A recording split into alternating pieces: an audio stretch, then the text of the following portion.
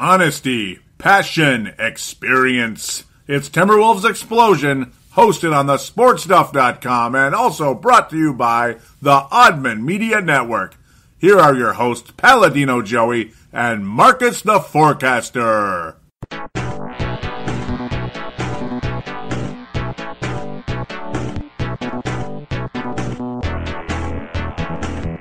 Hello again, Timberwolves fans. Are you ready for the explosion of Timberwolves basketball?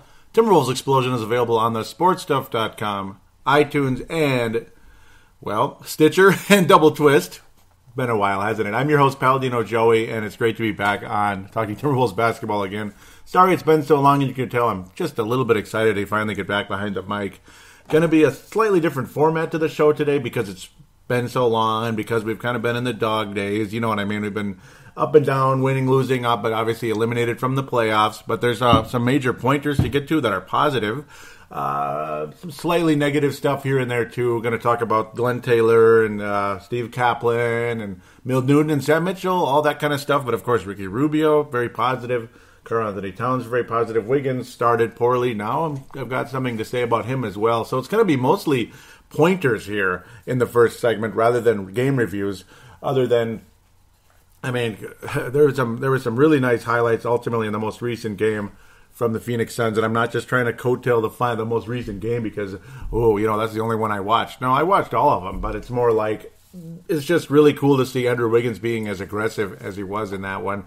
But it's like, where do I start with here?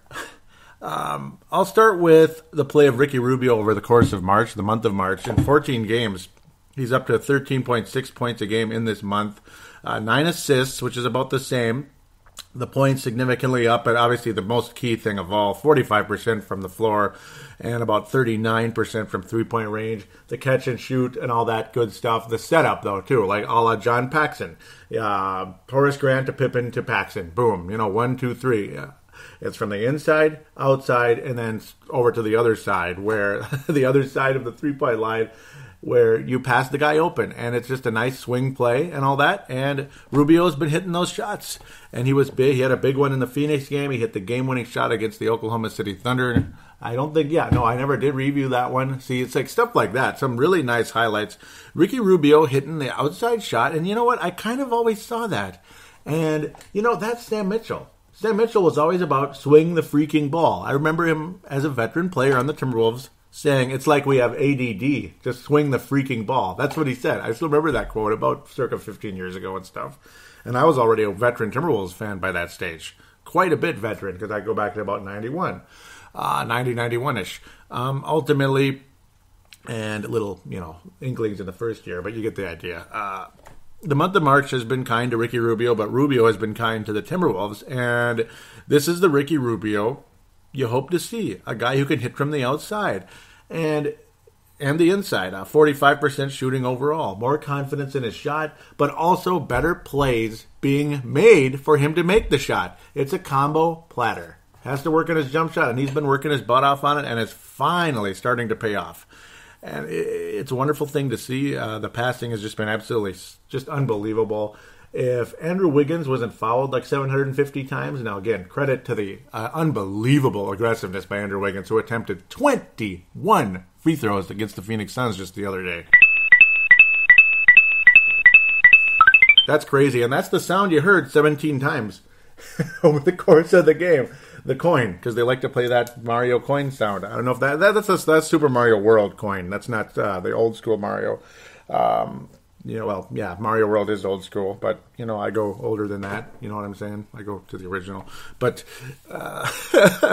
wonderful, though, overall deal, because obviously spectacular passing by Rubio that ended up not counting as an assist because the basket wasn't scored on the play. It ended up being 2 free throws. It's like an unearned assist, so to speak, or, well, not unearned, an incompleted assist because the player wasn't able to complete the play, but it still wound up being 2 points, or 1 point if Andrew missed the free throw, which wasn't too often. That's the Andrew Wiggins we need to see, and this is the Ricky Rubio we need to see. These two guys play in this direction. Rubio hitting from the outside, nice shots, continuing to make the great passing, and of course, just the nice setting up by the team. a la Sam Mitchell's coaching, which is improving as well.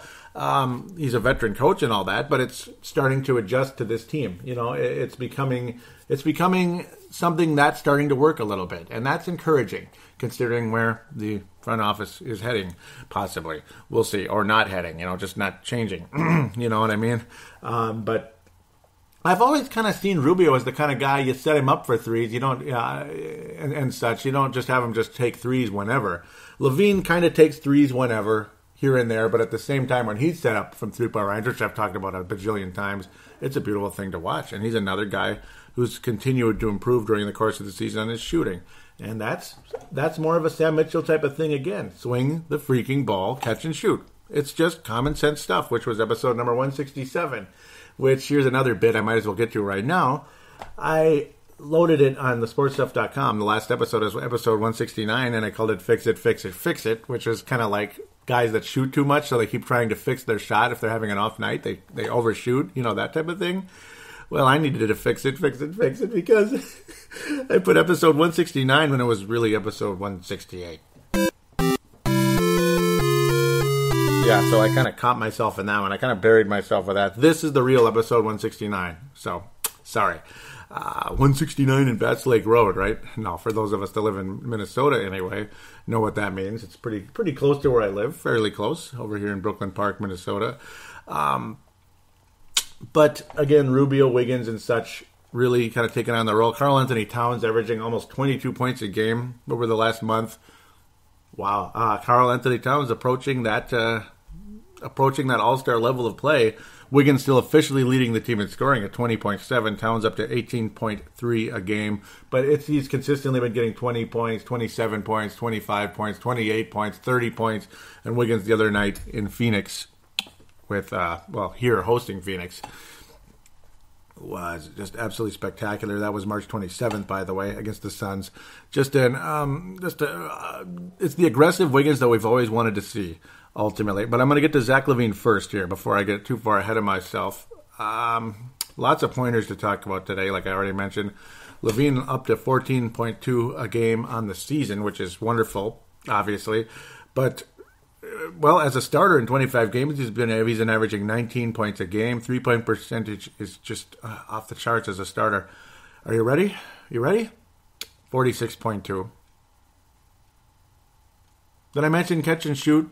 Did I also mention, actually I didn't mention this, but it's his overall, how he's squaring up to shoot the ball. Like he wasn't before.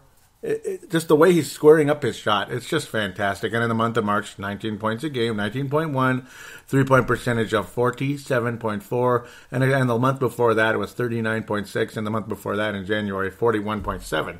See, he can hit that outside shot, and he's got a little Klay Thompson in him, minus the defense, and we've seen that on multiple occasions, Marty Booker and such. And we saw Marty Booker plague the Wolves some more in that Phoenix game, which drew the ire of Kevin Garnett.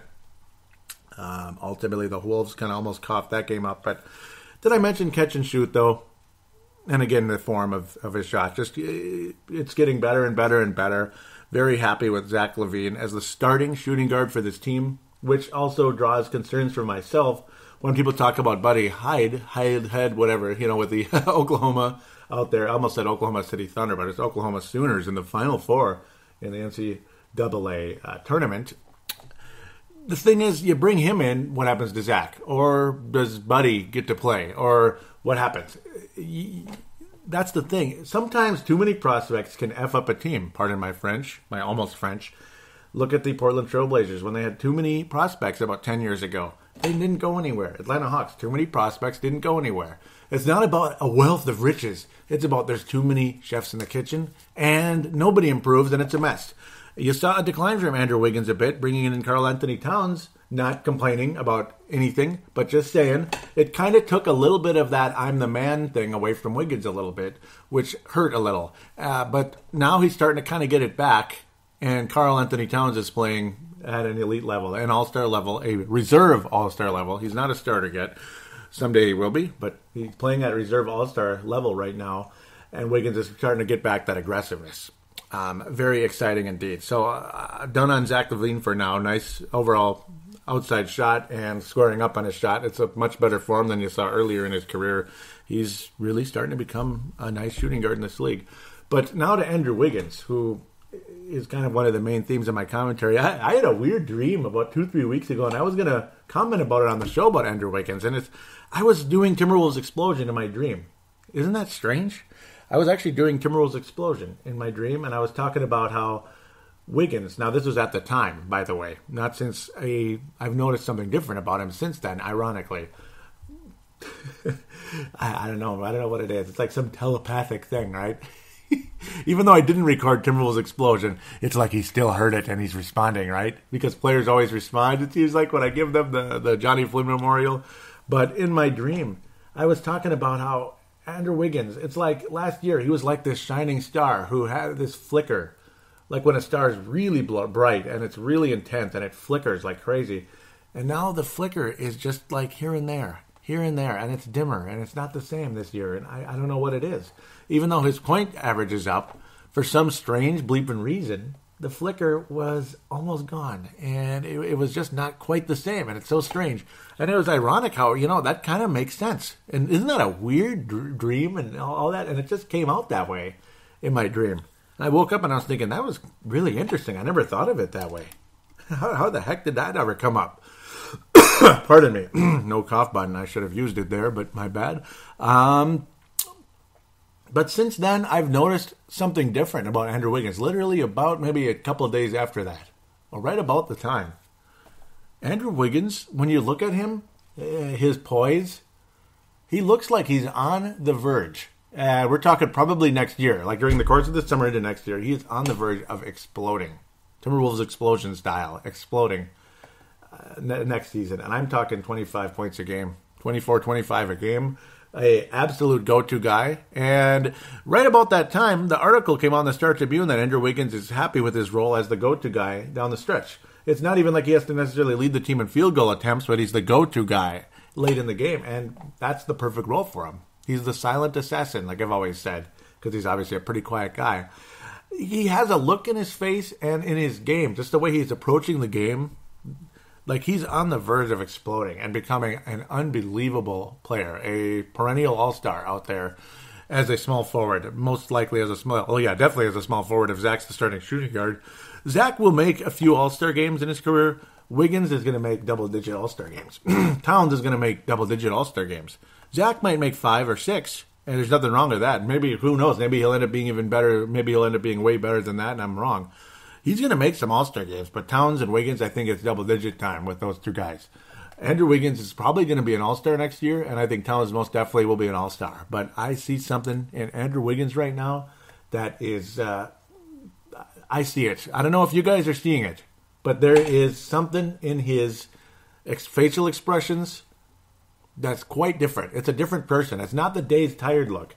It's the, give me the damn ball, I got this look. You might not be seeing it because it's subtle, but it's there.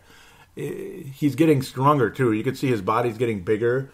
He's getting tougher. Karl Anthony Towns has gotten more muscular during the course of the year. And I think this summer, these two guys are going to explode. Honest to God. I've got that vibe. And Lavine is only going to keep getting better with that awesome shooting form. How can you not be happy with that? You got the athleticism of all three of them.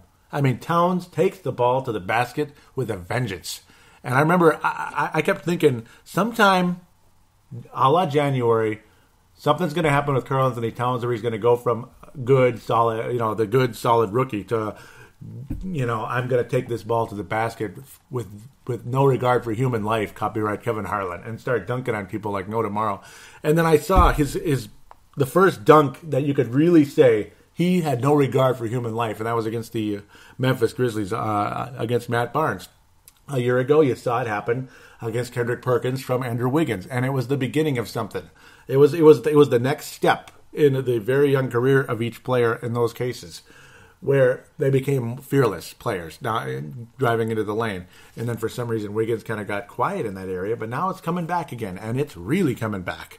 And I think Wiggins' ultimate weapon is getting to that free throw line, the way he attacks the rim. And then, well, if they're unable to foul him and he dunks on him, well, there you go. And then, of course, you have the all-awesome and one, the old-fashioned three-pointer. And that's where Andrew Wiggins can really, really rack up the points for this team for many, many, many years to come. Yes, sir. Tyus Jones shows promise, but he's up and down and such. I think he's a backup point guard in the league without a doubt. Definitely not a starter. I heard a comparison to Troy Hudson. That's not a bad comparison. He can hit from the outside and such, as long as he doesn't get stupid like Troy Hudson. Troy Hudson just got flat stupid, especially during the Musketeers year with Latrell Sprewell. Always jacking up stupid shots and, well, just being an inconsistent player. No motion, no play on the shot. It was just shooting the ball, which bugged me earlier in the year with Zach Lavine on occasion. But when he has that shooting motion and when they're setting him up, it's a beautiful thing to see. And Rubio and Lavine have formed a beautiful chemistry in that backcourt, and I hope they're together for many years to come. Thank God for that cough button, right? Well, we're going to continue here. Steve Kaplan. Steve Kaplan very likely will not ultimately be the owner of the Wolves, at least not in the foreseeable future. And that really sucks. The owner of the Grizzlies, the majority owner, promised to buy out Steve Kaplan's stake in the franchise, worth over $100 million. And what happened? Well, the son of a bitch just kind of changed his mind and decided not to. So, Steve Kaplan, I can't imagine he had anything good to say about the guy. And so he's stuck with the Grizzlies, over $100 million investment with absolutely no say on the franchise of the Memphis Grizzlies. Where he would have come here, bought about a 30% stake or so, something like that, a pretty nice stake in the franchise, and would have had say because he's ultimately going to be the majority owner. Now, people talk about who would buy a 30% stake in the Grizzlies from Steve Kaplan to have no say with a kind of a meddling owner with the Memphis Grizzlies, but who's to say he can't sell portions of it here and there? What's wrong with that? Maybe 2 or 3 different groups or guys or whatever. Maybe 5, 10 million. Oh, well, maybe more than that. Sorry. But maybe small amounts and then a little more here and there. Such 20 million here, 30 million to this guy, that type of thing. Who's to say he can't sell portions of it? Who's to say? But again, that's going to take a long, long, long time. And not sure where things are going with that one. So here we are. Glenn Taylor is the owner of the Timberwolves, like it or not. Oh, goody. And he's got a little Al Davis to him, doesn't he? All the way back to the Joe Smith scandal. Just imagine if the Joe Smith scandal never happened because Tom Gugliotta had flown back to the Twin Cities, was willing to make amends and re-sign with the Timberwolves, ultimately not go to the Phoenix Suns. He was willing to come back. Oh, sorry, we already signed this wink wink to ink ink, and we can't talk about it really with anybody because if we do, we're frickin' dead. Yeah. And then, yeah. And because we're frickin' dead because obviously this agent's going to sell us down the river, you know what I mean? Which he ultimately did later on, that guy being Eric Fleischer. Glenn. Yeah, well, he's the owner of the Timberwolves still.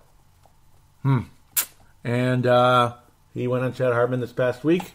And, Glenn was talking about, because that's the Glenn Taylor voice, right? Milt Newton's going to stay the GM. He will handle the draft and free agency, and then we'll evaluate from there.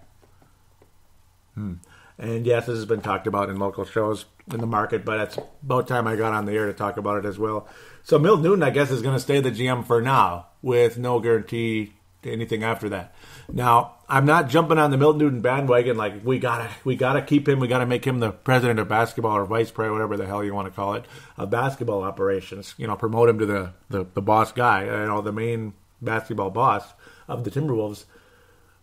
But I mean, he's going to do the draft and free agency, but we don't know where we're going from there. Okay, and ultimately, Milt Newton will decide the future of Sam Mitchell. Apparently, not sure what to make of that either. So, who, what, where, why, when? I don't know. But that's Glenn Taylor, I guess. And it kind of leaves you hanging. It really leaves you hanging. And you have multiple coaches and potential GMs, or coach and GM, you know what I mean, type of deal. The package deals, a la Flip Saunders, God rest his soul, who, well, if he was still living today, we wouldn't have to worry about any of this. But unfortunately, things happened the way they did last September. It started with something else, but September is really what did him in. Doggone it. It was such a shame. But ultimately, and to think my wife was in the same hospital complex at the same time for yeah, it's just for a similar thing, but luckily in her case it wasn't even cancer, so it ended up not being it. Thank God in heaven for that. Thank you, Lord. But yeah, I just get tears in my eyes thinking about that. Just the same time, you know what I mean? Yeah, creepy, man. Oh, jeez, I'm having difficulty talking now. But yeah, it left the Wolves in a weird position, and then you're stuck with Glenn Taylor, who seems to have no sense of direction other than, well, he'll stick with what he's comfortable with. He was comfortable with Flip Saunders. Well, thank God we got extremely lucky with how Flip Saunders turned out to be as a president of basketball operations. We had no real idea, but it was pretty much he's got to be better than David Kahn, and he was hella better than David Kahn, by far the best basketball boss in the history of the Minnesota Timberwolves by a wide margin. One thing to be careful of, you just never know, though. McHale, do you remember McHale looked like a genius too? Do you remember McHale being talked about as a genius in the Star Tribune in the late 90s? Because I remember it very well. I remember the article called The Architect. The Architect, where all that was missing was a center at the stage. You had Marbury, Garnett, Gugliotta, and then you had other young pieces and such, but it was mostly those three, and then just another piece or two there, and boom, we're in the West Finals against the Spurs and Lakers every year, or Lakers every year. Maybe win a championship or three, that type of thing. And then it all blew up, and then mistakes started happening, and blah, blah, blah, blah, blah. So Flip also looked like a genius early on. Who's to say? But ultimately, I think Flip, the direction for me is Flip most likely was going to have a much, much stronger success rate than Kevin McHale had he been able to run the franchise for 10 years, ultimately. Because Trey Burke, Hank McCoy, is, when you combine Gorgui Dieng and Shabazz Muhammad, not as good as those two guys. He's not as good as those two guys. That was a great trade. It looked questionable at the time, and it's a great trade. Gorgui Dieng is a starter in the NBA. Shabazz Muhammad, well, I might as well talk about it really quick. He's had a lousy month of March compared to the others. Remember the Lameng carousel? It's just Gorgui and Lavine at this stage. Muhammad still could be in it, but I don't know how it's usually one of those three is going to have a big game. Well, Lavine has kind of emerged as the third option on the team, and Gorgie's a vital piece at the starting power forward, a double-double shot-blocking type of guy, even though he's not an elite shot blocker. But Muhammad has kind of vanished the past 3 weeks or so since I did the show. He's been very quiet. In fact, he was quiet before that as well, ultimately. A tough situation for him there, ultimately. But yeah, we're stuck with the uncertainty. I say I'm bouncing everywhere, and I do apologize, but that's what kind of show this is this time around. So just getting caught up in a lot of news and a lot of things to get off my chest. So it's kind of all over the place. So do bear with me. But who's going to be the basketball boss, the coach, this, that? I don't know, and it's kind of frustrating when you have an owner again that's stuck with comfort zones. He's obsessed with comfort zones, and he kept Kevin McHale as long as he did. And then you brought in David Kahn, who wasn't part of the country club, and he was even worse. That's funny how that turned out. And then conveniently, Taylor had the balls to fire the guy. Thank you, 4 years in, after absolute disaster of 4 years. And he got extremely lucky with how great Flip Saunders ended up being.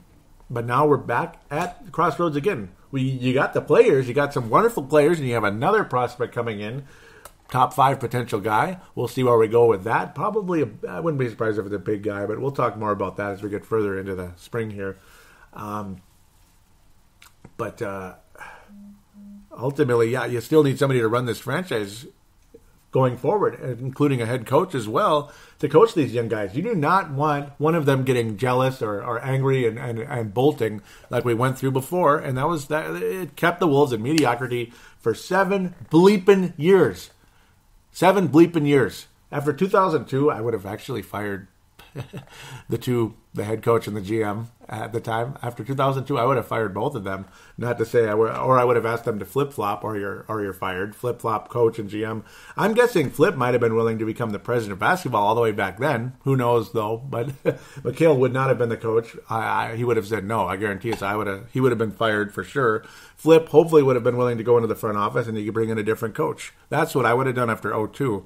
But, it's just you don't want to get stuck in mediocrity for 7, 8 bleeping years, and then your star player, regardless if he can hit a big shot or not, Kevin Garnett becomes 30 years old and gets to a point where his patience understandably had worn thin, and it was time to move on in another direction.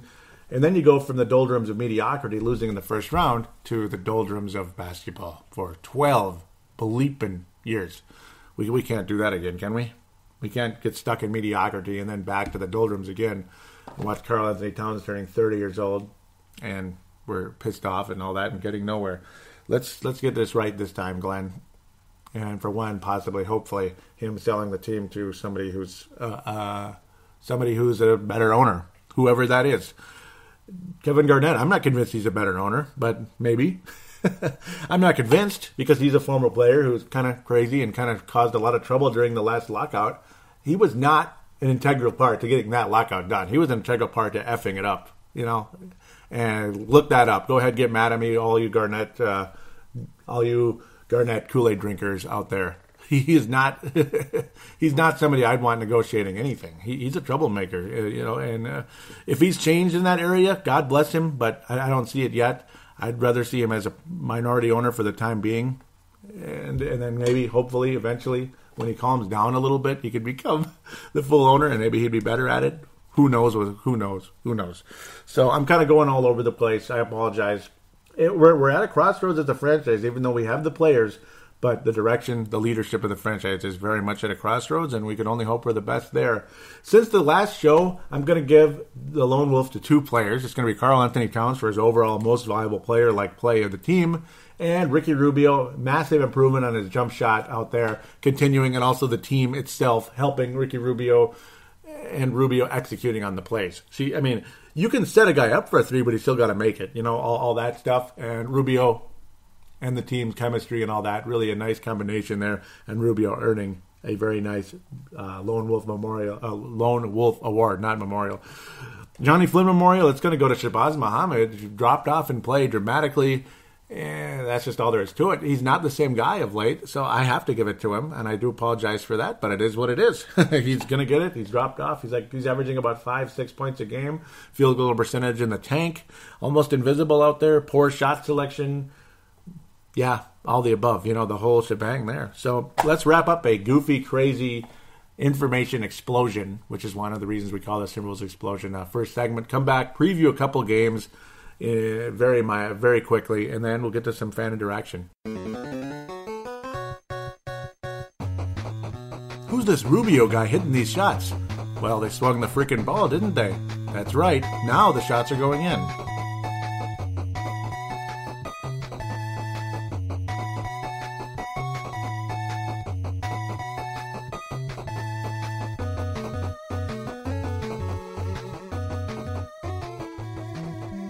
Hello. Segment number 2 of Timberwolves Explosion. Some previews to talk about. I guess there's 4 of them, but I'll try to keep it fairly brief so we can get to fan interaction, get a little caught up there, and then wrap it up and hope for a continued healthy week for the Wolves. We head into the month of April here. Well, just about. We wrap up the month of March, a very fun, positive month of March. Wednesday, March the 30th. That's today, actually, but even though I'm not supposed to say the date, but, it's a Timberwolves show, so I can say the date, I suppose, right? Against the LA Clippers, team that I don't like too much, but I guess that's just about everybody in the NBA these days. I'd like to rip everyone. Blake Griffin cleared for basketball and all that good stuff. Not sure if he's going to be playing, though. Been out since December 26th, and then you have all the suspension crap. So I don't think we'll be seeing Blake Griffin in Target Center tonight. Timberwolves been struggling against the Clippers for a while. They finally ended a long streak. Can't believe it had been as long as it was, considering we swept them with Kevin Love back in 2010, 2011, if I remember correctly. No, 11-12, when Rubio's rookie year with the Wolfies. That was so much fun. Kevin Love just exploded, and the Wolves had a lot of fun that year.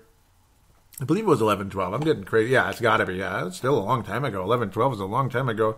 Rubio's rookie year, we swept the Clippers, and Love hit the three-pointer at the end of the game and did the come to me children like celebration. Still not nearly as cocky as anything the Northern Cal guy does, so he who shall not be named. But the Wolves finally ended the losing streak to the Clippers.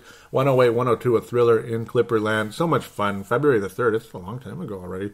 But here we are, the 30th. Chris Paul Prigioni.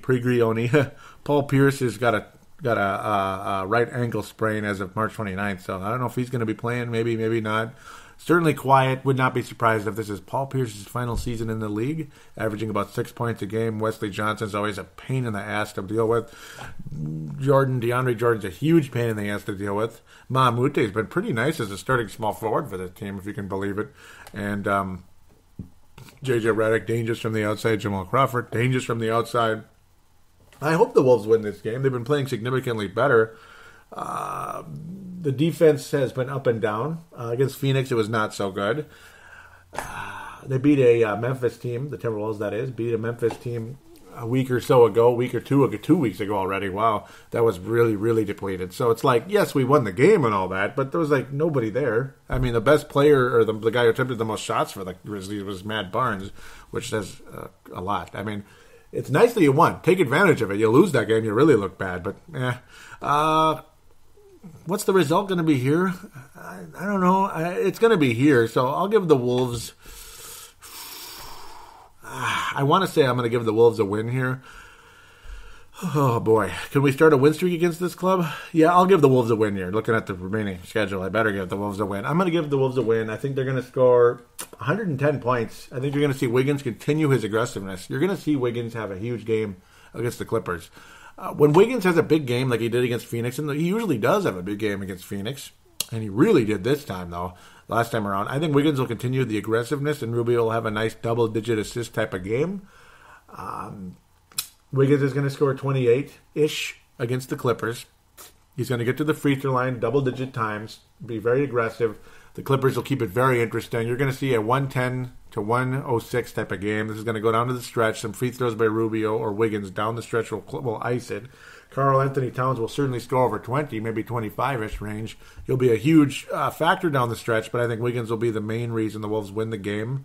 Ultimately, I think DeAndre Jordan's going to frustrate Towns a little bit. His aggressiveness, shot blocking, good defense, all that. I hate DeAndre Jordan, but okay, I dislike DeAndre Jordan. There we go. I'm not quite as mean, right? But yeah, Towns is not going to be the main factor against this team, and maybe he is. If I'm right or wrong, whatever.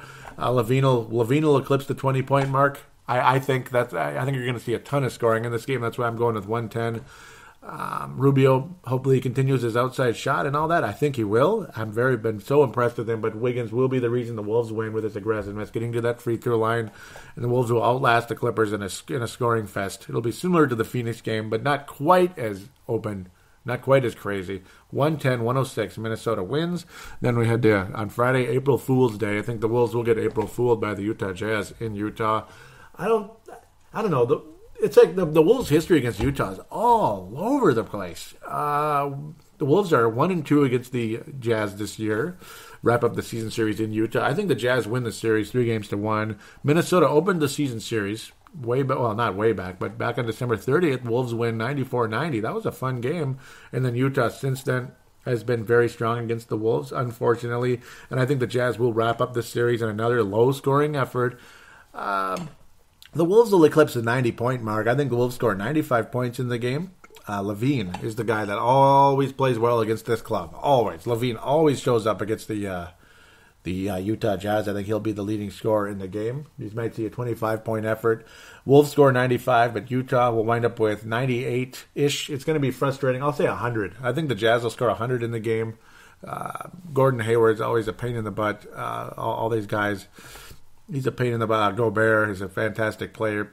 Hopefully Towns can posterize him, or actually Wiggins can posterize him. I think Wiggins will have a big game as well, but Lavine usually is the best player against the Jazz most of the time. But Wiggins will probably have another highlight dunk or so in the game. He'll get to the free throw line significantly, but won't be quite as dominant as he was against the Clippers, and that'll be one of the differences in the game. Towns will continue his consistent 20-ish points a game, double-double performance. Not very difficult to predict that, but the Utah Jazz will win 105-95 in Salt Lake City, one of the most beautiful towns in the United States. Sunday, April the 3rd, Dallas Mavericks come to Target Center. They're 36-38. I don't know what happened to them. They've really dropped off a bit. The Wolves have not beat this team this year. I don't really know why. I mean, they're not that good, and they were better earlier in the year. Now you got some injuries popping up. You get Evans out with a right shoulder injury. That's never good. Chandler Parsons, sore right knee, March 18th. Well, if Chandler Parsons is healthy, Wolves lose. If Parsons is out, I think the Wolves can win. That's the question here. Is he healthy? Because Parsons always torches the Wolves for doing what they did. They ended up trading him. Thank you, David Kahn. One of the bajillion tentacles of the octopus of awfulness. The awful octopus of the 2010-2011 drafts. Unbelievable what David Kahn did during those two drafts. I mean, we're talking sick stuff. Just sick. Unbelievable. You can't even fathom what he did, especially in 2011. Dare we go into it again? There's the bag over there, the bag with all the money. The money's gone and went to Kurt Rambis in the bio, but the bag is still over there. The magic bag, the magic money bag in the trade down for cash, trade down for cash, trade down for cash, trade down for cash. Yeah, I don't even want to keep going into that. There's about 7 billion tentacles to it. It could go on forever, and it's unbelievable. Every time I look at that name, Chandler Parsons, and then you think about Chase Budinger, versus Chandler Parsons. Yeah, I got to stop it. I really do. I know we're all sick of talking about David Kahn. Time to move on. We got all these nice players. Thank you very much, Flip, and God bless you. I think the Wolves, I'm going to bet. I'm just going to have to bet here. Chandler Parsons is out, and the Wolves win the game. The Wolves will win a fun little game. It'll be a nice way to wrap up the season series with the Mavericks. The Wolves will have their second win in this 4-game stretch. That'll be cool. I think the Wolves will wind up with 103 and the Dallas Mavericks with 97. 103-97. Minnesota will be the victors in this one. To the victor, the spoils. That Dallas game on February 28th was garbage. And I think the Wolves, that's one of the motivations here. The Wolves will make up for it, hopefully. 128-101. It was a sickening, stupid game. And, of course, Chandler Parsons had his 29 points. And he always has high-scoring games like that. Wiggins was bad. Deng was bad. Blah, blah, blah, blah, blah. Carl was benched. He was playing very well, and he was benched. I think Carl will be the best player against the Mavericks. I think he'll take advantage of a team that, they have a decent big man. Pachulia has been a rebounding machine, which I don't know where that came from, but good job, Zaza Pachulia. It took you 10 years to do it, but you're doing it now. Dirk Nowitzki will have his usual 20 to 25, one of the most legendary scorers in the history of basketball in Dirk Nowitzki. Unbelievable for him. Ultimately, though, I think the Wolves will win the game if Chandler Parsons is out. If he's in, the Wolves lose, and Chandler gets his 25-ish, and the Wolves end up losing 110-105, something like that. But ultimately, I'm going to go with 103-97. Minnesota wins the game. Karl Anthony Towns scores 28 points in the game, and Ricky Rubio will continue a nice shooting effort. I think he'll have 15-ish in the game. I think he'll score against those point guards of Dallas. J.J. Barea will be the little pain in the butt he always is. Wesley Matthews is a Wolves killer. He'll get 20-plus in the game, particularly if Chandler Parsons is not available in said tilt. That was kind of fun to say, but Wesley Matthews is definitely a Wolves killer over the course of time. Now we wrap up the segment here. Tuesday, April the 5th, the Golden State, the Northern Cal team, 67-7 at this stage. The Northern Cal team, the Golden State Northern Cal team with that guy, the dancing douchebag. Have I mentioned my opinions on this team and the dancing douchebag? That's about where I stand on it. Nice performance by the Wolves, March 21st, just a couple, not that long ago. It was a very, very nice performance, but of course the Wolves could not finish the bleeping job, and it made me sick and pissed off. I don't think the Wolves are going to win in Oracle Arena. I just don't think so. That stock, Oracle, the stock, how it kept rising, all the Warriors there. I said their name, stock has risen over the course of time, and it's at its peak right now, and hopefully it's going to die off soon. I don't think this is going to last forever, and it can't last forever because nothing lasts forever. Nothing. I don't think the Warriors are on the verge of a six championship run here. I don't think so. I hope they don't get a three-peat, but the odds of them getting two out of this is extremely high, either back-to-back or they get upset this year and come back and win it next year. 2 or 3, very possible, but 6, I just don't see it. I don't think these guys are going to maintain this energy level over the course of that amount of time. Age is going to catch up to them sooner than later. You can't be that quick forever. And, the ankle history of Northern Cal guy, the double D dancing, double DB. The guy, okay, I know I'm pissing people off, but I don't care. I'm doing a radio show. I'm not here to be your friend right now. I could be your friend when I'm off the mic. You know? Can't we have fun a little bit? Can't we? I don't have to like everybody. You don't have to like everybody either, right? But where am I even going with this? There was no way the Wolves win the game, but there's also no way the Warriors sustain this over a 6-year period, especially with the ankle history of Steph Curry. Oh my God, I said his name, right? And of course, there's just no way it's going to sustain that long. I think the Warriors win 2 or 3 championships and most likely will win this year, but maybe the Spurs will have something to say about it. There's a nice, strong possibility the Spurs could knock them off, but not yet. And look at me getting into the Warriors right now when it's not even playoff time yet. We'll talk about that later, ultimately. Wolves aren't going to win the game in Oracle Arena. And we're not going to end the 57,000 game, 54 game, well, whatever it'll be at the time. It'll probably be more. We're not going to end the home winning streak of the Warriors. It's not going to happen. I really want it to happen. It'd be the coolest thing ever.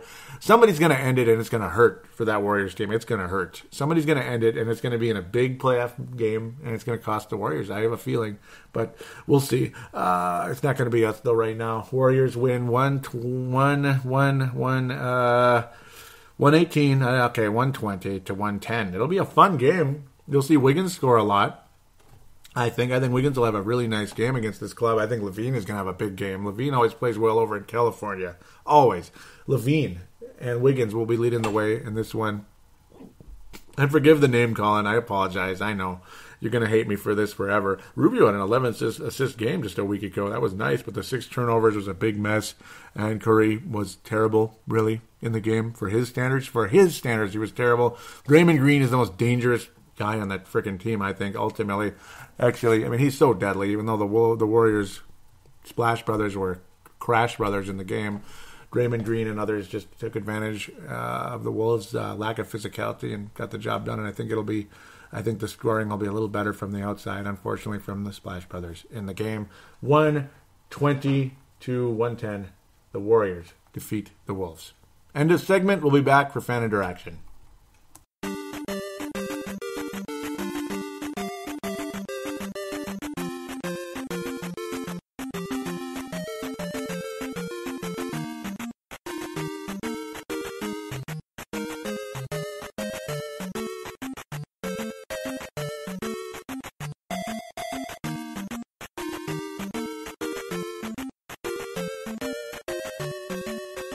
And we're back here for segment number 3, final segment, fan interaction for Timberwolves Explosion. For Facebook, get there, the Facebook page, facebook.com/Timberwolves Explosion, all one word, facebook.com/Timberwolves Explosion. And for Twitter, it's @Wolves Explosion, because Timberwolves Explosion doesn't fit. Joseph Phillips out of Australia responding where we left off, where I always say the episode number and all that, but I put 169, which is just not 169. This is 169. We're heading north on 169 into Brooklyn Park right now. That type of, okay, I'm just, again, that's how you have to live in the Twin Cities to really know what that is. Over in Australia, they're like, why are you giving out highway names? You flog, right? Joseph Phillips out of Australia says, trap of any young player, but he will learn. Zach has come very far. Yep, and that's then the fix it thing.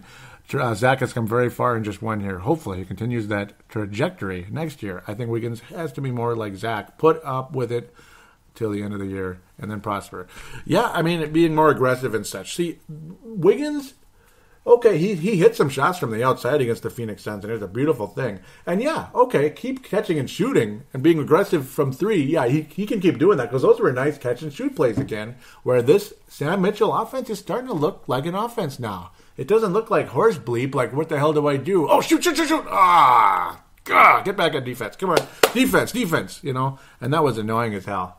That was really annoying. Like the Wolves game I was at against Memphis. I was so pissed. And then all of a sudden things got better after the igniter. Karl Anthony Towns did what he did, and he ignited everything with the best dunk of the season until some other ones came around. But I still think that was the igniting dunk of the entire season for Karl Anthony Towns. Got him going in another direction there. Yes, keep it up.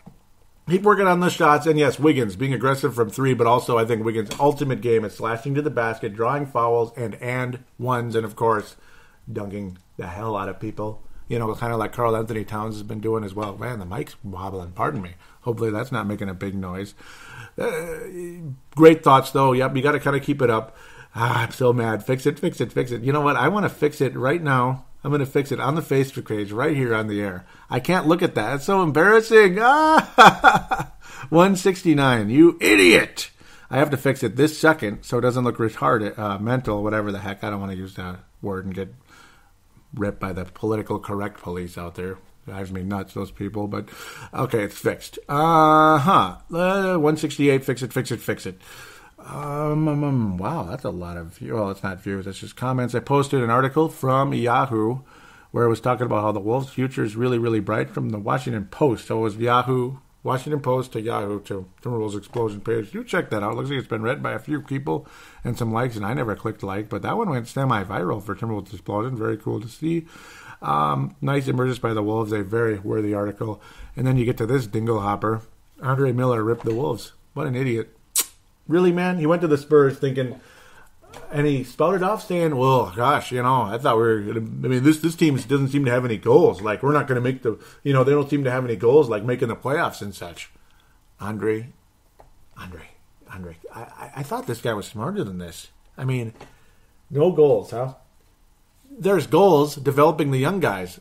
He's pissed off that he didn't get significant playing time and with the veterans on the team to go ahead and make the playoffs.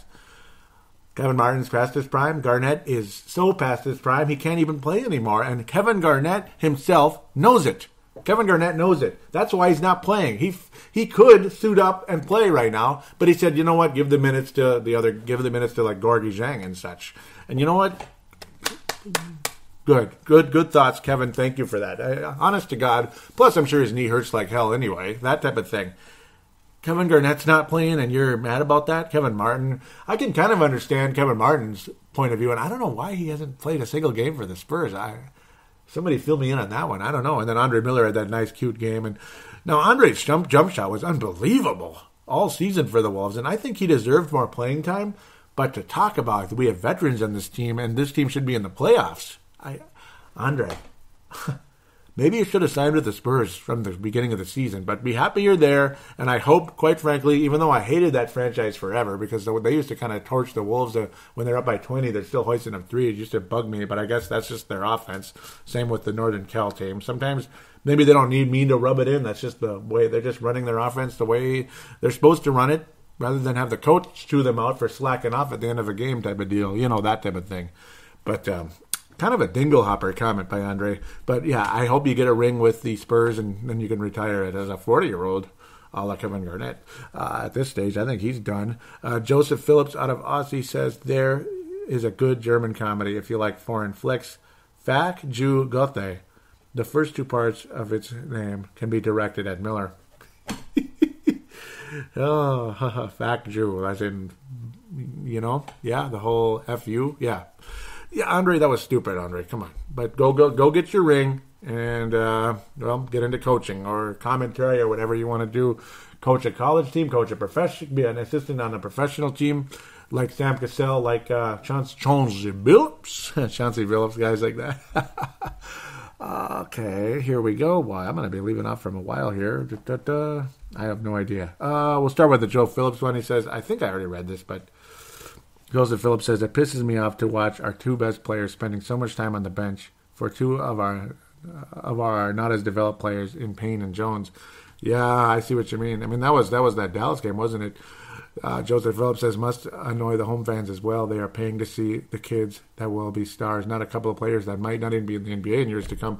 And I think Adrian Payne's, I think he's screwed. Jones, maybe. We'll see. Joseph Phillips says, Miller seems to have ordered the burgers and fries cooked in the oil of Ole in tonight's game versus the Spurs. Oh, yeah, I did read that already. And then right after the show, Vince Germano, out of Melbourne, Victoria, Australia. And he's also the co-host of the Courtside Podcast with Alpha Dog Hank McCoy. Yes, sir, the Sherlock Holmes and John Watson of basketball radio over there in Australia. Just fantastic. They're always on the case, and they solve it every time. They know their basketball like anybody. Courtside Podcast, absolutely fantastic. Kind enough on their page to say Timberwolves Explosion is courtside approved. Now, I got to tell you, courtside is Timberwolves Explosion approved, without a doubt. Vince Germano also is a co-host on the Showtime and T-Wolves show, which we've got to get going again. It's been in hibernation for several months, and we got to get it out there. It's a Lakers and Timberwolves show. Gives Vince a chance to have the floor to talk a lot more Lakers and me to continue talking Wolves, and we just have a fun little banter back and forth about the two clubs. Okay, to the point. Pardon me. I had to get that out, and I'm glad to always give them a shout out. Vince, because they've always been so kind to me, so ultimately, Vince saying Golden State Warriors, Steph Curry. No. It's Northern Cal team and Northern Cal guy. Sorry. No. And I said the names on the show. I don't know. Suffice to say, I hope they won their only championship last year. That's all I got to say about Golden State Warriors and Steph Curry. And I'd say get off the dance floor. And, I don't know. I don't think I'm an old fuddy-duddy to think that a guy's showing up a team after hitting a shot, dancing all over the court like that on somebody else's court. I think that's kind of rude. I don't know. That's just me. That was bad. I think that was bad, and I'm shocked at how many people just thought that was perfectly cool. I don't understand you. Sorry, I don't. But that's how I am, and that's it. I'm not saying, he should be fined $50,000 and suspended, but I think it was kind of rude. That's all. That's just, in the NFL, when Terrell Owens scored a touchdown and ran out to the center of the field and raised his hands up in the air on the Dallas Cowboys star when he was a member of the 49ers. George Teague, the strong safety of the Cowboys, came and clotheslined the SOB. So just saying, I don't think it was a respectful thing to do. Okay, let's go. Not saying you need to clothesline Steph Curry either, but just it would probably kill the guy. I don't think he could handle George Teague, right? Curry would be in a wheelchair after that. Joe Phillips says, I could easily forget that Matt Barnes exists, but there he is again, winging like a big sook. Yes, that was terrible. The Memphis game. We were lucky to win this game. If it wasn't for Zach going ape in the first quarter, we could have lost, and that Memphis game was crap. It was a crap game, and Matt Barnes shot 21 field goal attempts and made like 7. It was just crap basketball, but it is what it is. We won at least. Joseph Phillips again saying, why does this game against annoy me? Let me see. It says because the Pups could and should have won it. That's the Warriors. Yep, you are winning by being aggressive, as Rubio perfectly put it in the halftime interview. Then in the last quarter, Sam slows it down. Bloody dumb clown. Yep, and I'd say stay aggressive. I mean, how did the Blazers beat the Warriors? They torched them. Damian Lillard went ape leap and torched them. He beat them at their game. The Spurs beat the Warriors by slowing them down, but the Spurs can slow the Warriors down. And they're the last team to defeat the Warriors in the postseason, in the second round of the 2014 postseason. May 2014, they slowed the Warriors down and beat them in the playoffs. 6 games. The Wolves cannot slow the Warriors down because we don't have the type of players and the veteran presence and coaching and all that to do that. Anyhow, so yeah, bloody dumb clown. I agree with you on that one, big time. He says, the team has defensive issues, so how did you think that would work out against the best team in basketball and with the second highest points per game? The players don't deserve that rubbish. No wonder Wiggins looked tuned out. Yep, he was. Yep. The team worked their backside off to be let down by Sam. You start with the bench on the court in the fourth quarter, and what did they score in the first 6 minutes? Against how many points did they leak? And Greg Smith. I quote, more or less, the commentators. In this situation, if you are Wiggins, Greg Smith is the last person you give the ball to. Yep. That play summed up the beginning of the team loss, with every Wolves player that started in the fourth quarter having their deficiencies was highlighted. That's awesome. That's a gold star. Very well written. Very, very strong analogy there. That was awesome. That was really good. And yeah, Greg Smith is. That was just a skull dumb play. I agree completely. Tanae Brown. saying, just want to hear your thoughts on the current starting lineup, Joey. Where would you want to improve it most, or do we need better bench players before we start thinking about that? We need better bench players before we start thinking about that, because Ricky Rubio is starting to hit that shot, and the team is setting him up properly to hit the shot as well. It's a combination, team and then execution by the player, in Ricky Rubio's case.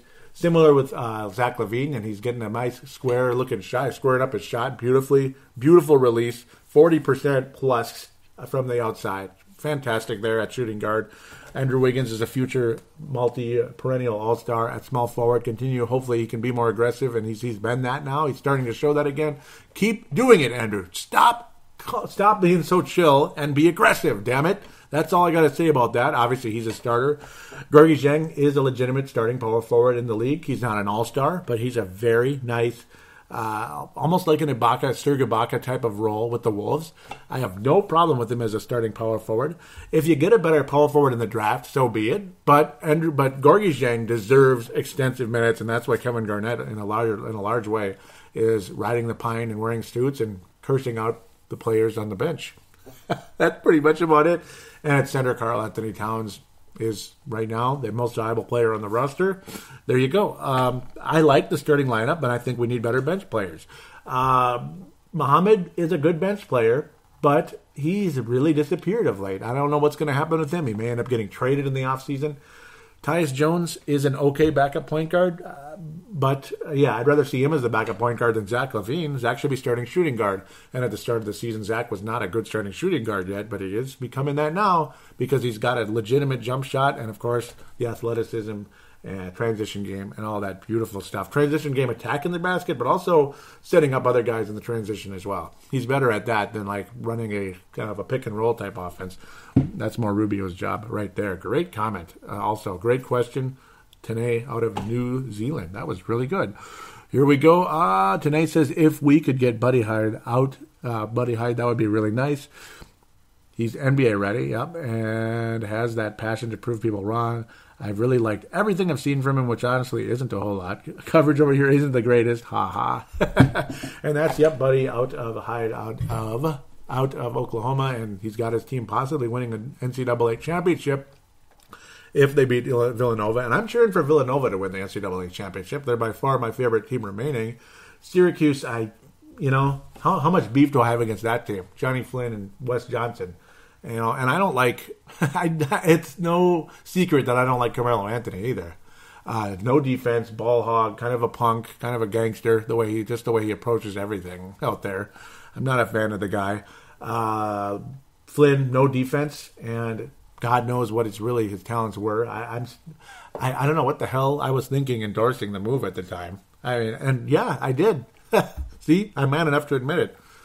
Wes Johnson, what the hell? Total meh from the get-go.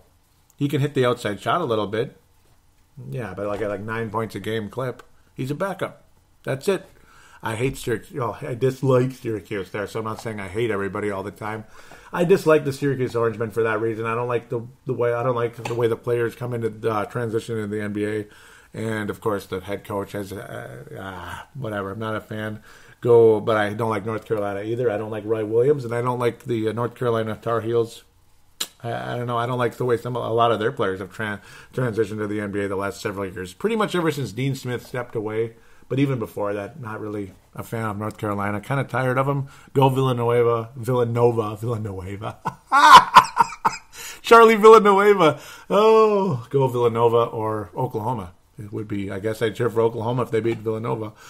And Joe Phillips very kindly asking me, Joey, where art thou? Is he missed me? And I missed you too, Joe. Thank you very much for shouting out to me. And I was told I'm coming back very soon. And I came back very soon, didn't I? And thank you for caring.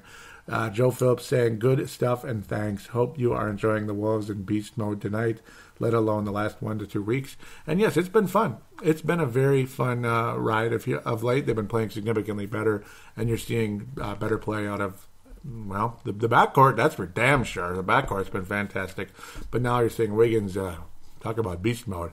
Okay, so now we go to the Twitter, which is very brief here, at Wolves Explosion. At Wolves Explosion. I already screwed it up. And Tanae and Vince, thank you very much for the retweet of Fix It. That one I can't change from 169 to 168 without deleting the whole damn thing, and it'd be kind of silly now. So it is what it is. Tanae Brown saying Lavine is becoming quite the offensive talent if its athleticism translates defensively. Wow. And yes, if his athleticism translates defensively, you got possible Klay Thompson on your hands with more aggressive on the dunking. He'd be a more athletic Klay Thompson at that stage. That'd be insane, wouldn't it? James, it's at Jimmy by Tendorp. At Jimmy by Tendorp, and then Tanae is at Tanae Wilson Bro, and Vince is at Vinrock44. At Vinrock44. James asks me, who you got winning the tournament? I had Michigan State. Oops. Yeah, they lost in the first round to Middle Tennessee. Yeah, lost to Middle Tennessee, that's all. I mean, no, not a big deal. It shit happens, you know. It's Middle Tennessee, you know, Michigan State, Middle Tennessee, whatever, it happens. You know, that's college basketball for you. Yeah, that's why you play the game, I guess. And James saying same. That was unbelievable, wasn't it? Yeah, we both got screwed in that one, didn't we, James? Diego Luis Contreras saying the progression after 4 minutes played is 32-0 for the Wolves. Not bad at all. Yep, I was whining about that. I forget what game it was now. Jazz game where the Wolves were just that was lousy. He says, well, we are 9-6. That's a proof stats don't always show the reality. Yeah, and it was just a wild, crazy game. And thank you for that, Diego. We had a little fun with that. That was a weird game that kind of never really, I don't know. It just wasn't a fun game. It was the sleepiest of. It was one of the worst games of the last couple of weeks, I think. It was just garbage. So not fun stuff. But at least we had some payback after that. That was nice. A little payoff. Another way to get onto the show is the phone lines via Skype or whatever. Well, from your cell phone, but it's into Skype when it comes to me. 209-736-7877. 209-736-7877. That goes to Dylan, obviously, in California. He is the executive producer and founder of thesportstuff.com. And, of course, there's another way to get a hold of this show. If you're not from the United States, you can also do a audio submission, which is a podcasting term. Every cell phone out there has a free audio recorder, voice recorder on it. You can record audio submission up to a minute. Just record like a minute or so, commenting on the Wolves, maybe calling me an idiot, whatever you want to say, as long as it's Wolves related, and try to stay away from the Warriors a little bit if you could, just because the coverage is too much. So if you could, I'd appreciate it. Keep it to about a minute, but if it's really good, 2 minutes will be okay. Like a Tanae, you know, I could definitely handle 2 minutes from Tanae or Vince or Hank. You email it to paladinolive@yahoo.com, paladinolive@yahoo.com. It'll be in the show description on iTunes and Stitcher and Double Twist and also on thesportstuff.com. Thank you so much for listening. Please do give this show a positive rating, and I thank the guy from Canada so much for that awesome review. And I won't forget it. Thank you so much. Please, out there, do give this show a nice positive rating if you could. It only helps, makes the show more attractive to other listeners to keep this show above the other weeds that have been popping up out there. So, yeah. I'd like to keep this show as it's the most veteran Timberwolves. It's the most veteran Timberwolves show, and I personally think it's the best Wolves show. I think so. I mean, if you don't think so, that's up to you. But if you do think so, please help me out and give a nice positive review on iTunes or Stitcher. It would be greatly appreciated. We'll be back to talk Wolves hopefully in a week. I don't see why not, but hopefully we'll see. And if not, it'll be maybe 2 weeks, 3 weeks, whatever it is. So, but hopefully 1 week, that'd be nice. Until then, all of you do take care, go Wolves, and stay healthy.